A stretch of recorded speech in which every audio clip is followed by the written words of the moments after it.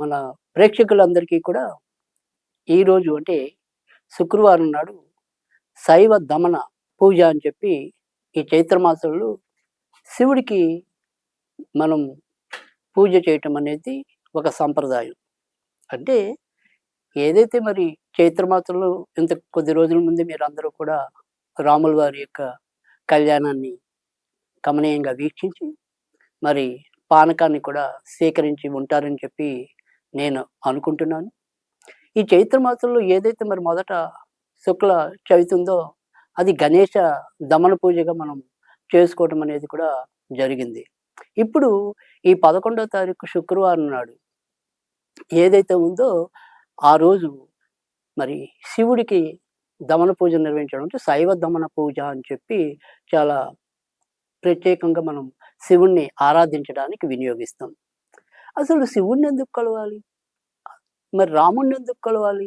ఇలా మనకెన్నో రకాలైన ప్రశ్నలు మన యొక్క ధర్మంలో సందేహాత్మకంగా ఉంటాయి. నిజానికి మనకున్నంత మంది దేవతలు, మనకున్నన్ని ఆచారాలు, మనకున్నన్ని పద్ధతులు మరెవరికీ ఉండవేమో.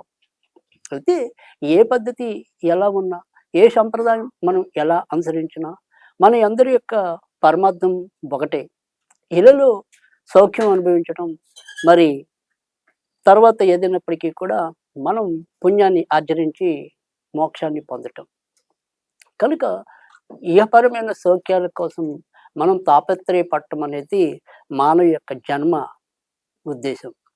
ఇప్పుడు ఏదైతే ఈ శైవ పూజ అనేది, శైవ దమన పూజ అనేది మనకి ఇక్కడ ఈ చైత్ర మాసంలో మరి లక్ష్మీ పంచమి నాడు లక్ష్మీ దమన పూజ అనేది, సరే ఇంతకుముందు వినాయక దమన, గణేష దమన పూజ అనేది, ఇప్పుడు శైవ దమన, ఇంకా విష్ణు దమన పూజ ఉంది, సుబ్రహ్మణ్య దమన పూజ ఉంది.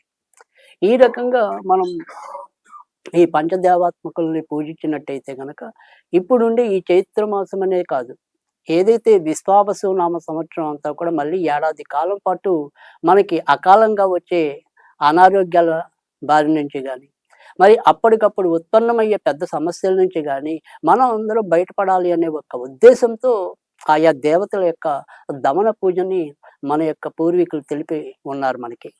కనుక ఆచరించడం, ఆచరించకపోవటం అనేది మన యొక్క అంతరాత్మ ప్రబోధం బట్టి ఉంటుంది. ఆచరించిన వారికి ఎంతో కొంత కూడా ఫలం లభించడం అనేది ఉంటుంది. మరి ఈరోజు ఈ యొక్క శైవ దమన పూజని ఏ రకంగా నిర్వహించుకోవాలి? ఎలా చేస్తే ఏ రకంగా మనకి ఈ రకమైన ఫలితం లభిస్తుంది అనేది ఒక్కసారి తెలుసుకుందాం. ఈరోజు మనం పొద్దున్నే శిరస్నానం చేయవలసి ఉంటుంది. అయితే మనం తైలాన్ని రాసుకోవాలి, అంటే తైలాభ్యంగన స్నానం చేయవలసిన అవసరం లేదు. కేవలం నెత్తి మీద స్నానం చేసినా సరిపోతుంది. ఆ రకంగా స్నానం అయితే చేయాలి.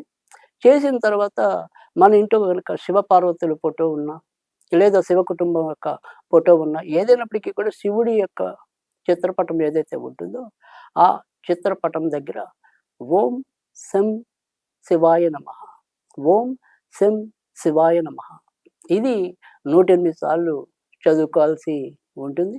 ఈ 108 సార్లు చదివే ముందు మనం మరి దీపారాధన చేయవలసిన విధానం ఉంటుంది కాబట్టి, అంటే మన యొక్క పూజల్లో ఎప్పుడు కూడా అగ్రస్థానం వహించేది దీపారాధన. దీపారాధన, ఘంటారామం లేకుండా మనం తర్వాత పూజని కొనసాగించం. కనుక ఈ 2 ప్రాథమికంగా ఆచరించిన తర్వాత మనం మిగతా పూజలకు వెళ్ళటం అనేది సంభవిస్తుంది కదా! ఇప్పుడు ఆ రకంగా మరి మనం మొదట శివుడు యొక్క ఫోటో పెట్టుకోవటం. ఆ శివుడికి ఏదైనా సరే ఇవాళ దమనం గనక దొరికితే దమనమాలతో ఆయన్ని అలంకృతం చేయటం అనేది అసలు ప్రాథమికంగా. అయితే ఇవాళ రోజుల్లో మరి అందరికీ దమనం లభించినా, లభించకపోయినా మరి శివుడికి ఇష్టమైన మారేడు దళాలు దొరికినప్పటికీ కూడా ఆ మారేడు దళాలతో అర్చన చేయొచ్చు. మరి మారేడు దళాలు కూడా దొరక్కపోతే ఏవైనా సరే తెల్ల పూలతో అలంకరించవలసి ఉంటుంది. కనుక ఈ 3 పద్ధతుల్లో ఏదో రకమైన పద్ధతితో మనం శివుణ్ణి ఆరాధించవలసి ఉంటుంది. ఆ రకంగా మరి శివ పూజ చేసుకోవాలి. శివుణ్ణి అలంకృతం చేశాక ఇందాక నేను చెప్పిన ఏదైతే ఓం శం శివాయ నమః అనేది ఏదైతే ఉందో అది 108 సార్లు చదువుకోవాల్సి ఉంటుంది.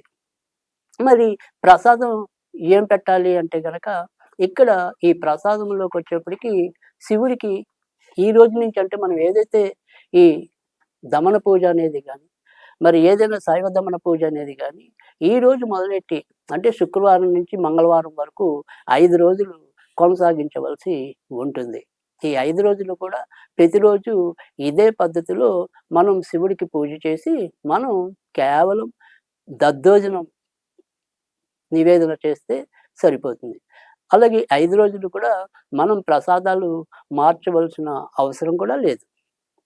ఖచ్చితంగా ఈ దద్దోజనాన్ని మనము ఆయనకి శివుడికి పెట్టడం అనేది సంప్రదాయం. అయితే ఇందాక మనం చెప్పుకున్నాం. ఇక్కడ ఏదైనప్పటికీ కూడా ఈ ఏడాది పొడుగునా మనకుండే ఇబ్బందులు వాటన్నిటిని అధిగమించడానికి ప్రాథమిక ఉద్దేశం. అయితే ఇక్కడ ఎవరికైనా సరే వారి వారి మనోవాంఛలు ఏవైతే ఉంటాయో అవి మీ యొక్క సంకల్పంలో చెప్పుకుని ఈ యొక్క దమన పూజ ప్రారంభించినట్టయితే తప్పకుండా వాళ్ళ యొక్క మనోరథాలు ఫలిస్తాయి. అంటే ఒక్కొక్కరికి కళ్యాణం కావాలనే కాంక్ష ఉంటుంది. ఒక్కొక్కరికి ఉద్యోగం రావాలనే కాంక్ష ఉంటుంది. ఒక్కొక్కరికి సంసారం బావుండాలనే కాంక్ష ఉంటుంది.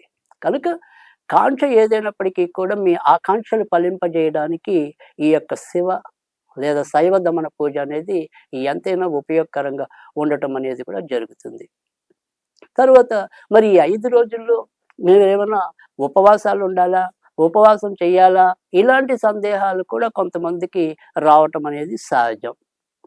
అయితే మీకు ఓపికుంటే ఏదైనా ఒక సోమవారం అంటే ఈ 5 రోజుల్లో సోమవారం ఒక్కరోజు మీరు ఏకభుక్తం అంటే ఒంటిపూట భోజనం స్వీకరించొచ్చు. ఒకవేళ దానికి కూడా అశక్తత ఉన్నవారు అవి మనసులో రానియకుండా అమ్మో నేను ఉపవాసం లేకపోతే ఏమైనా అవుతుందేమో, ఉపవాసం ఉండి తీరాలేమో ఇలాంటి మీమాంసలకు తావివ్వకుండా మీరు ఎంతవరకు శ్రద్ధాభక్తులతో ఈ పూజాది కార్యక్రమాలు నిర్వహిస్తారో అంతే పద్ధతిలో నిర్వహించుకోండి. తప్పకుండా ప్రయోజనం ఉంటుంది. లేదు మాకు ఓపిక ఉంది, మాకు శక్తి ఉంది, మాకు శ్రద్ధ ఉంది, మాకు భక్తి ఉంది అంటారా? అలాంటి వాళ్ళు ఎవరైనా సరే సోమవారం నాడు ఉపవాసం ఉండండి. తప్పకుండా అది కూడా మీకు మరొక ఆయుధంగా మీరు చేసే పూజకి ఉపయోగపడుతుంది. ఈ రకంగా ఈ 5 రోజులు చేస్తే చాలు. ఈ 5 రోజుల్లో కూడా మీరు ఏదైనా సరే ఒక కోరిక పెట్టి చేసుకుంటే గనక ఆ కోరికను మీ సంకల్పంలో తెలుపుకోవటం అనేది ఒకటి. అలాగే మీ కోరికలు లేకపోతే గనక మీరు యథాప్రకారంగా శివుణ్ణి ఆరాధిస్తే ఈ సంవత్సరంలో మనకొచ్చే ఇబ్బందులు ఆకస్మిక ఇబ్బందుల నుంచి తప్పకుండా విముక్తి లభించడం అనేది ఉంటుంది.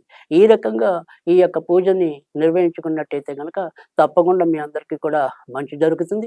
తప్పకుండా శివుడి యొక్క అనుగ్రహం కూడా పరిపూర్ణంగా మీకు లభిస్తుందని నమ్ముతూ ఇది ఈ వీడియో.